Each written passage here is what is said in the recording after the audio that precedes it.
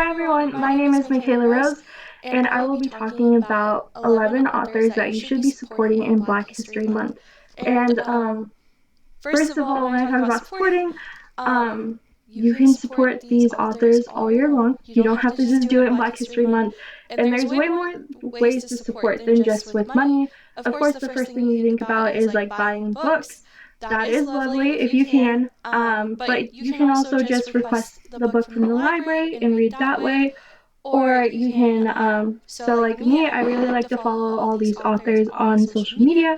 I love Twitter, so I follow all of them on Twitter, and that's most of them, that's where I found them first, and that was where I fell in love with them and their personalities.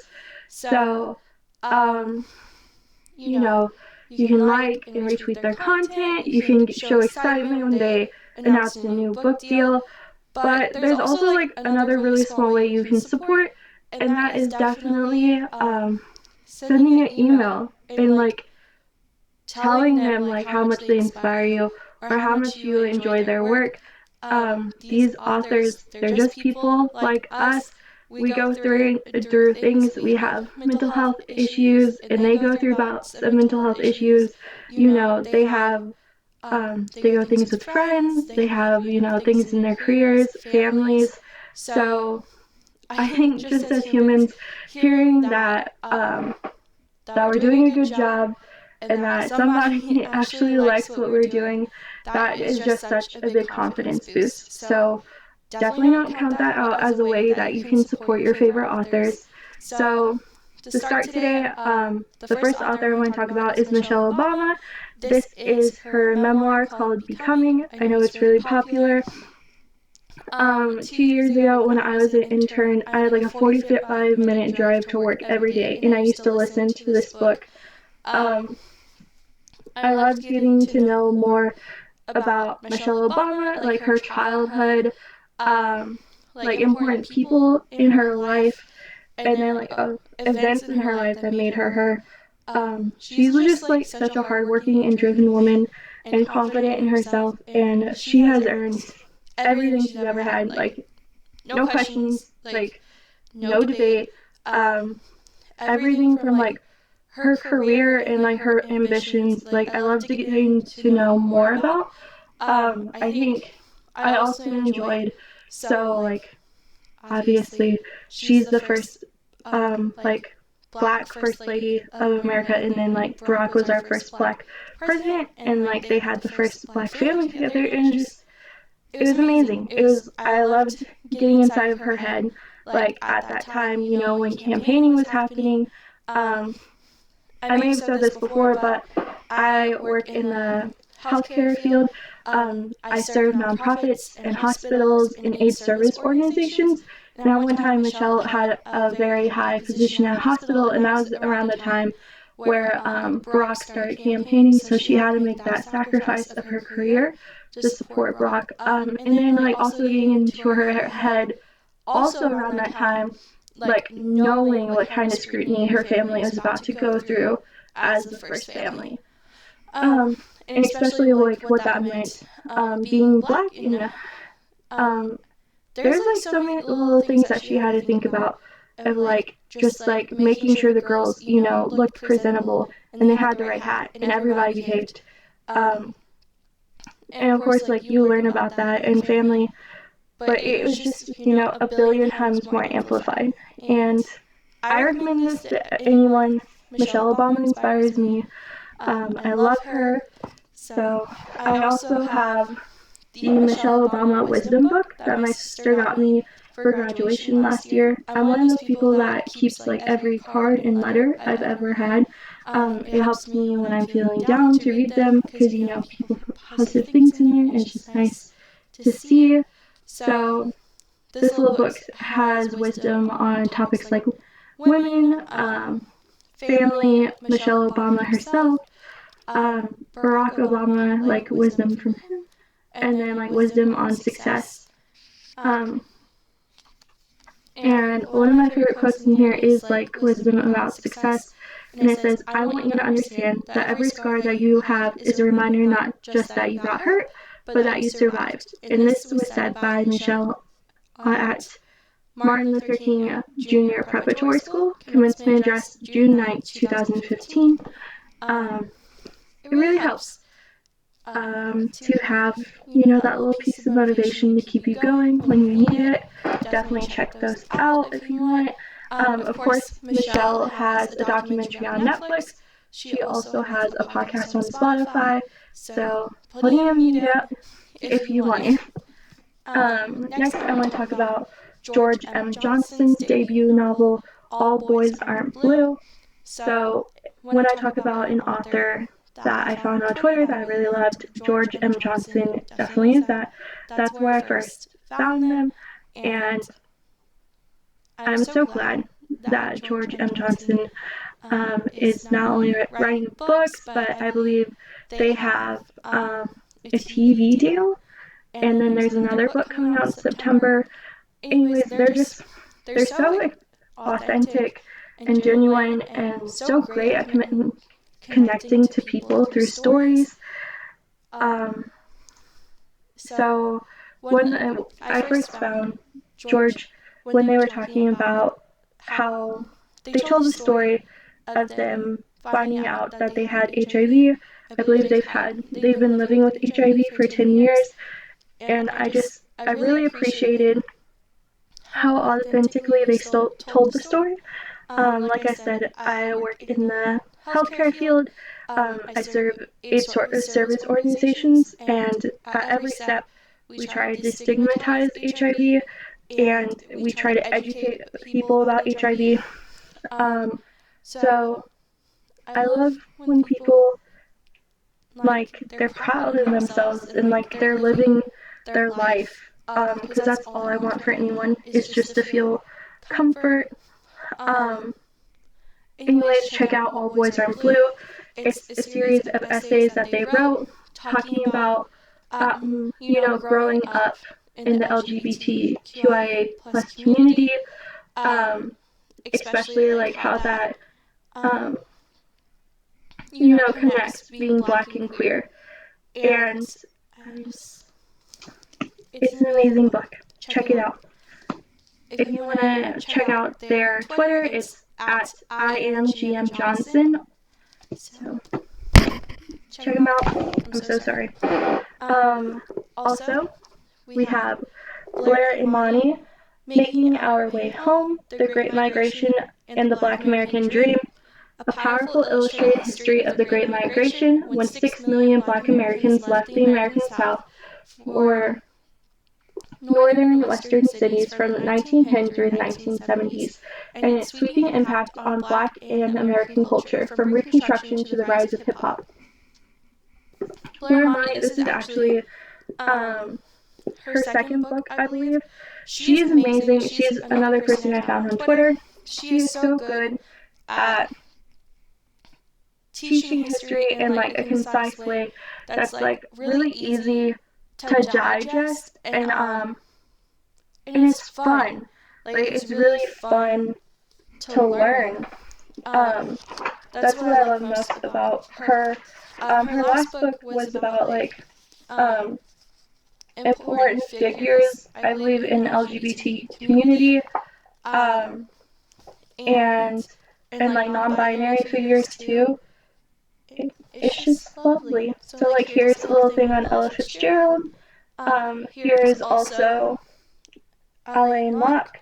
As you can see, they're little short things, but you can memorize them. It just sticks with you. So definitely check out this book, Making Our Way Home by Blair Imani. Yeah.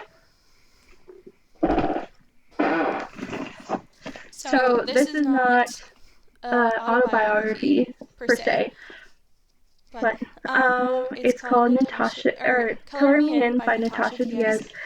I really love this book. I listened to it on audiobook. So the main character, Nevaeh, she is white passing. Her mother is Black, her father is Jewish, and they break up. She goes to live with her mom's family, and her mom in Harlem, and her cousin. So, I don't know if you're biracial, But I think this is something we face, you know, coming into our identity, is like her cousin didn't think she was black enough to truly understand what black Americans go through. And Nevaeh just has to like find where she fits, because right now she doesn't really feel like she fits anywhere. I love the title "Color Me In." So Natasha Diaz, she's also biracial. She's black, white, Brazilian, and Jewish. And then I am black biracial, so black and white biracial. I think usually when I talk about myself to other people, that I've been saying like I'm a black biracial woman, but definitely growing up, so Color Me In is a perfect title. I cannot get over that enough, because everybody thinks you're something besides what you are. At least when you're like me, and you're light, and you're ambiguously brown, you know, people think you're Hispanic, or just anything besides what you are. But like also, there's a part of it too, at least for me, is like when other people try to perceive you, it's like when I was a kid, I would always tell people I'm black. Not that I was like trying to hide my mother or anything. It was just as soon as you were relented, especially to older white people, like that your mother is white, like you can see them erase. Like for me, like my dad, and he majorly raised me, and I love him so much, and I love being black in our culture so much. So it tore me apart to see them erase that. Anyways, Nevaeh goes through a lot of the same things, and if I honestly, for any of these books, it doesn't so much matter if you can relate to them. I think all of them are amazing books and definitely worth the read, and definitely worth supporting the author. But personally, if you are someone like me, I think it's a great book to relate to, because at least I couldn't find them. I don't know if there were books like this when we were a kid to talk about what we were feeling. So I'm so grateful to Natasha Diaz. She's also on Twitter. She's amazing. She has a little girl named Zuzu, I think, that's around a year old. So she often talks about how she doesn't know what parenting is like outside the pandemic, because basically as soon as she had her baby, the pandemic hit. So yeah, I think she's one of those authors that would definitely love for you to email her and tell her how much a book means to you, or like how much you just enjoy her presence. So that's Color Me In. So the next one is super exciting. So I feel like no matter who you are, you grew up with a lot of like Greek mythology and Roman mythology. I grew up totally in love with Percy Jackson. I still love Percy Jackson. I have a whole tub of recreated books over there that I'm not sure is gonna fit. Anyways, so like Greek and Roman mythology, fantastic. I agree. But even with Roseanne, we needed to branch out, and he was not the one to write all those books, because, you know, he just doesn't have the background or the perspective, because he is not an animal. But look what we got out of it. So this is Triston Strong breaks the, so Triston Strong punches a hole in the sky is the first book, and then Triston Strong destroys the world is the second book. A third book is on its way, and it will be out this fall. So this is by Kwame and Mbalia. He is amazing. He's on Twitter. But these books, they're about Black American, you know, myth. So it has John Henry, Brer Rabbit. There's also a character called Gum Baby, which is amazing. But it's just, like, we didn't have books about Black American myth, so we didn't learn about them. I think we all definitely knew John Henry, or at least I did.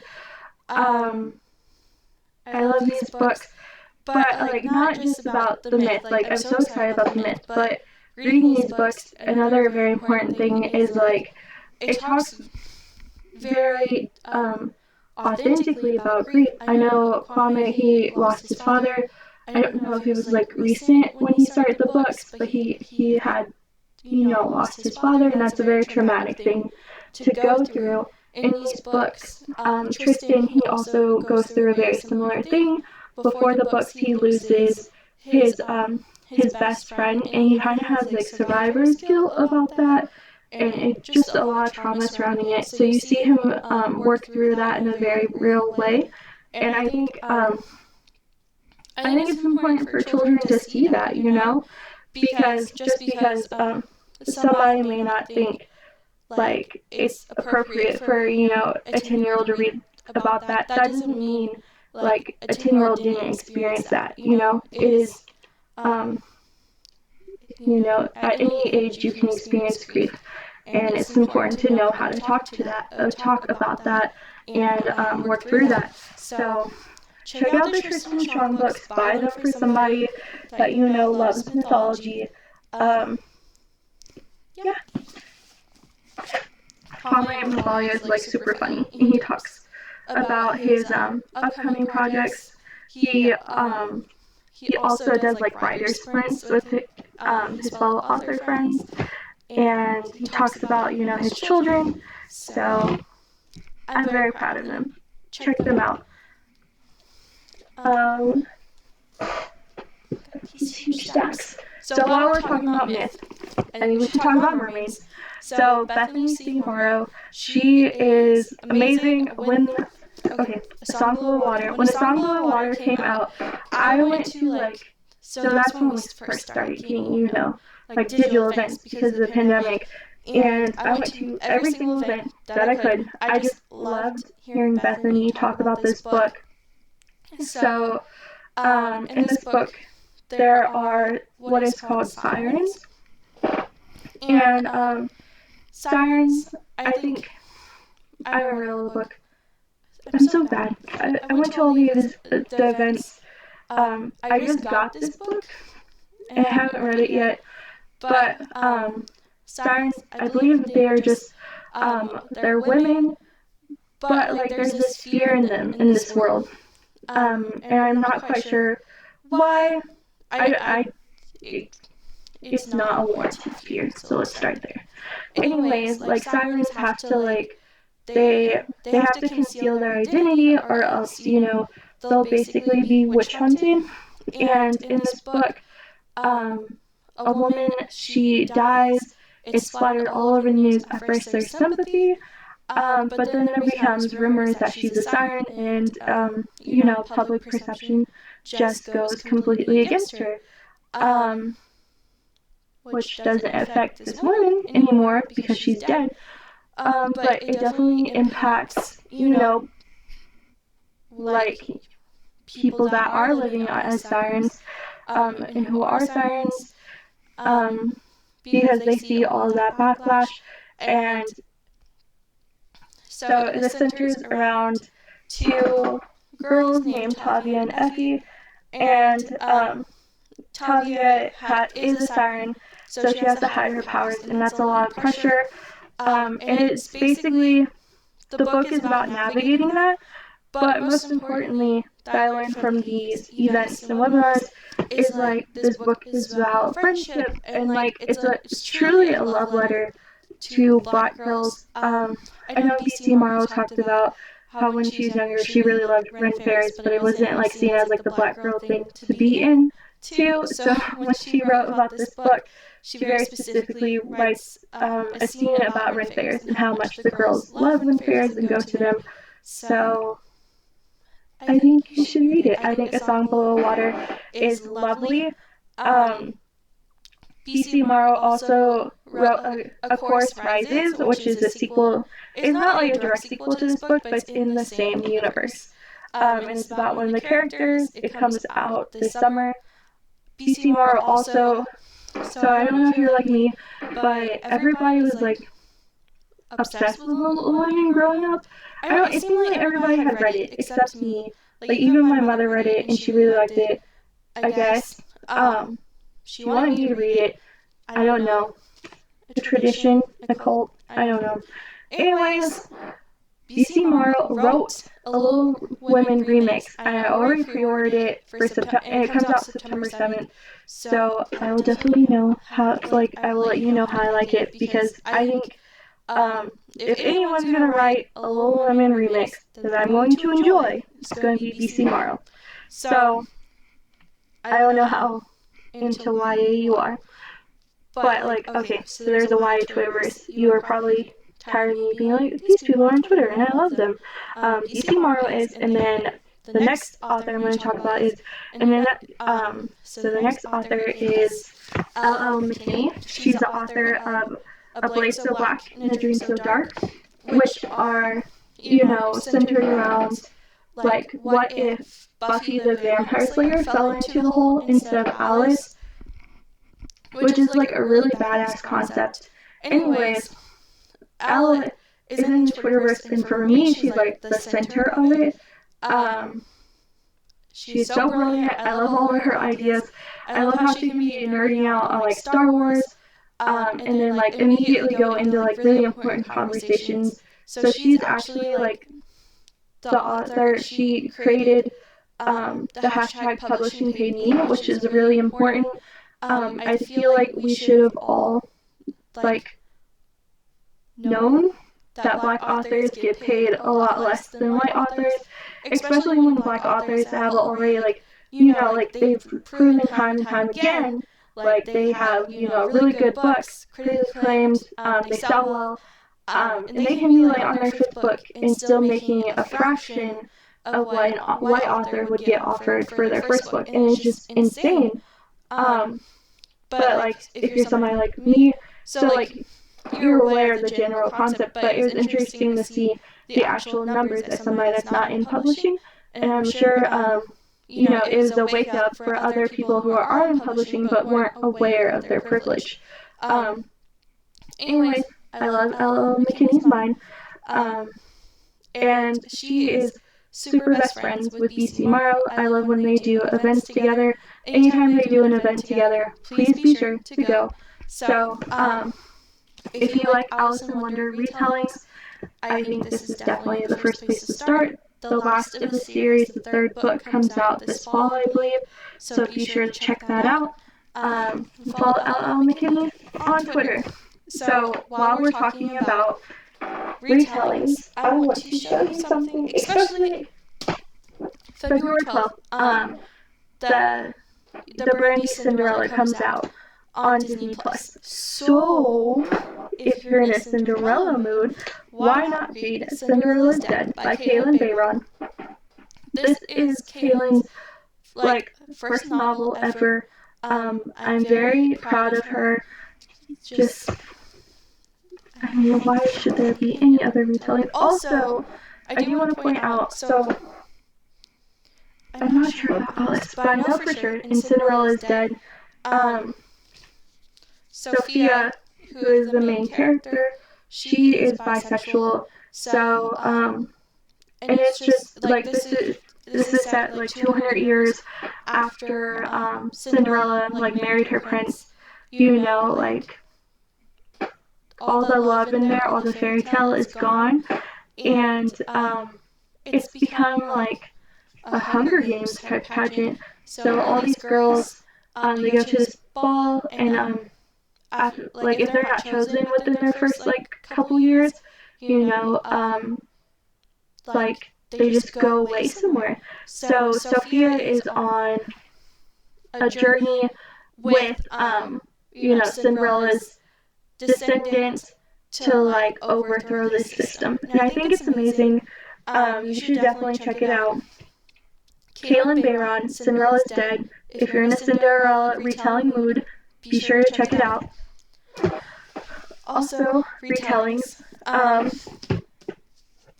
So there's also Legendborn by Tracey Deonn. This is a retelling of, what is it called? It's a King Arthur retelling. I'm so sorry, guys. The main character is Bree. She is also bisexual, I believe. So what's really exciting, so first of all, Tracey Deonn is exciting because she wrote The Vanishing Half, which is also another amazing book that you should check out. But Marsai Martin, the girl on Blackish, I think she had her own show, or she made her own movie called Little, I believe. Anyways, I believe she has the filming rights to this, and that she will be starring in a movie. So if you want to be ahead of the curve, definitely check out Legendborn. Get your jump on reading it. I think it's wonderful. I love all these retellings. They're very exciting. Kind of in the same vein is Amari and the Knight Brothers. So I could have gotten that mixed up. It might be that Marsai Martin is not starring in Legendborn. It might be Amari and the Knight Brothers. I'm so sorry if I messed that up, guys. I am not going to edit it out. I'm just going to be truthful in my accidents. So, as far as I know, Amari and the Knight Brothers is not a retelling, but it will be made into a movie, and I love it. I love Black Girls and Magic. I know this is going to be a series. I mean, and I trust Angie Thomas and Nick Stone when they say that a book is magical and that you should read it, and they have their little comments up there. This just came out last month, and I just got it about 2 days ago, so I'm going to read it and let you know what I think. The last book I want to talk about today, last author, is A Song of Wrath and Ruin by Roseanne Brown. So I have not read this book yet. I really want the one with like the green edges and everything, and I held out hope for so long, but I got it for Christmas. So it's about a lot of things, but I haven't read it yet. But it's about a princess, and I believe somebody in her family is dying, and then there's also an assassin, a boy named Malik. And I think, they go from like enemies to liking each other, so I don't need to know anything else, really. One of my best friends read this, and she was just so enthralled. So I can't wait to read it so she and I can have a really deep conversation. So this is a duology. The second book will be coming out this year, so we'll have to read it together. Thank you so much for watching my video. Be sure to like, comment, and subscribe. I will definitely make shorter videos in the future. If there's a book that you want me to read first, let me know. I think I'm going to start doing a monthly read. Let me know what you think about that idea. Have a good night, everyone. Bye.